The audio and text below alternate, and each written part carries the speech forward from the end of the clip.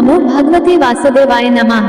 जय श्री राधे राधे दोस्तों, जय श्री कृष्ण गोविंद। कार्तिक मास के कृष्ण पक्ष की त्रयोदशी तिथि को धनतेरस का पर्व मनाया जाता है। इस बार यह शुभ तिथि 10 अक्टूबर दिन शुक्रवार को है। शास्त्रों के अनुसार इस तिथि को समुद्र मंथन के समय भगवान धन्वंतरी अमृत कलश लेकर प्रकट हुए थे।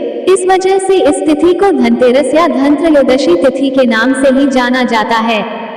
भगवान धन्वंतरी के अलावा इस दिन माता लक्ष्मी, धन के देवता कुबेर और मृत्यु के देवता यमराज की भी पूजा की जाती है। इस दिन दीपावली का पर्व शुरू हो जाता है और इस दिन सोना चांदी या नए बर्तन खरीदना बहुत शुभ माना जाता है। आइए जानते हैं धनतेरस क्यों मनाया जाता है और इसकी कहानी क्या है। नमस्कार दोस्तों, बातें ज्ञान की YouTube चैनल में आपका स्वागत है। इस चैनल के द्वारा भक्ति, ईश्वर कथा, पौराणिक कथाएं, प्रेरक कहानियां और ज्ञानवर्धक कहानियों का विशेष संकलन आपको मिलेगा और आप ऐसे ही ज्ञानवर्धक वीडियो देख पाएंगे। कृपया चैनल को सब्सक्राइब करें, वीडियो को शेयर करें और अपना बहुमूल्य साथ बनाए रखें। धन्यवाद दोस्तों। कार्तिक कृष्ण पक्ष की त्रयोदशी तिथि के दिन धनतेरस का पर्व पूरी श्रद्धा व विश्वास के साथ मनाया जाता है।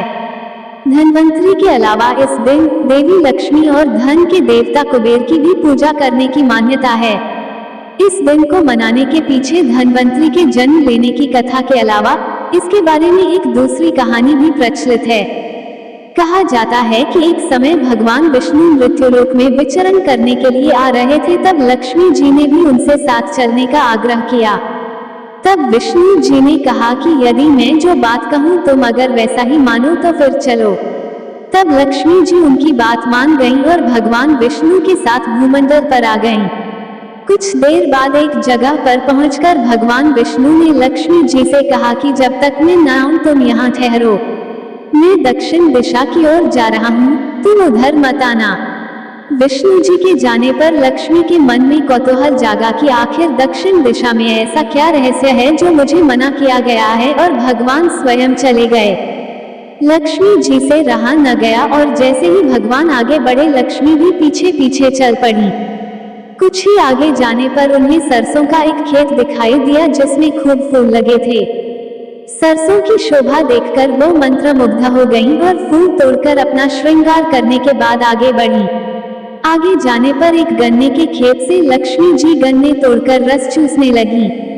उसी क्षण विष्णु जी आए और ये देख लक्ष्मी जी पर नाराज होकर उन्हें शाप दे दिया कि मैंने तुम्हें इधर आने को मना किया था, पर तुम न मानी और किसान की चोरी का अपराध कर बैठी। अब तुम इस अपराध के जुर्म में इस किसान की 12 वर्ष तक सेवा करो।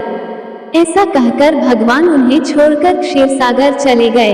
तब लक्ष्मी जी उस गरीब किसान के घर रहने लगी। एक दिन लक्ष्मी जी ने उस किसान की पत्नी से कहा कि तुम स्नान कर पहले मेरी बनाई गई इस देवी लक्ष्मी का पूजन करो, फिर रसोई बनाना, तब तुम जो मांगोगी मिलेगा। किसान की पत्नी ने ऐसा ही किया। पूजा के प्रभाव और लक्ष्मी की कृपा से किसान का घर दूसरे ही दिन से अन्न, धन, रत्न, स्वर्ण आदि से भर गया। लक्ष्मी ने किसान को धन धान्य से पूर्ण कर दिया।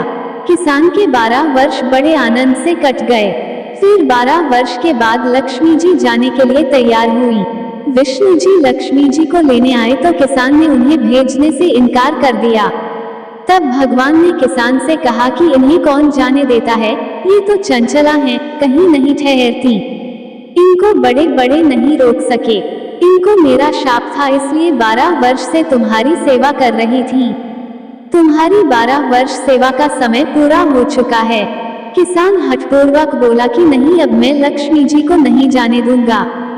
तब लक्ष्मी जी ने कहा कि हे किसान, तुम मुझे रोकना चाहते हो तो जो मैं कहूँ वैसा करो। कल तेरस है, तुम कल घर को लीप पोत कर स्वच्छ करना, रात्रि में घी का दीपक जलाकर रखना और सायंकाल मेरा पूजन करना और एक तांबे के कलश में रुपए भरकर मेरे लिए रखना। मैं उस कलश में निवास करूंगी, किंतु पूजा के समय मैं तुम्हें दिखाई नहीं दूंगी। इस एक दिन की पूजा से वर्ष भर मैं तुम्हारे घर से नहीं जाऊंगी। ये कहकर वह दीपकों के प्रकाश के साथ 10 दिशाओं में फैल गईं। अगले दिन किसान ने लक्ष्मी जी के कथानुसार पूजन किया। उसका घर धन धान्य से पूर्ण हो गया। इसी वजह से हर वर्ष तेरस के दिन लक्ष्मी जी की पूजा होने लगी।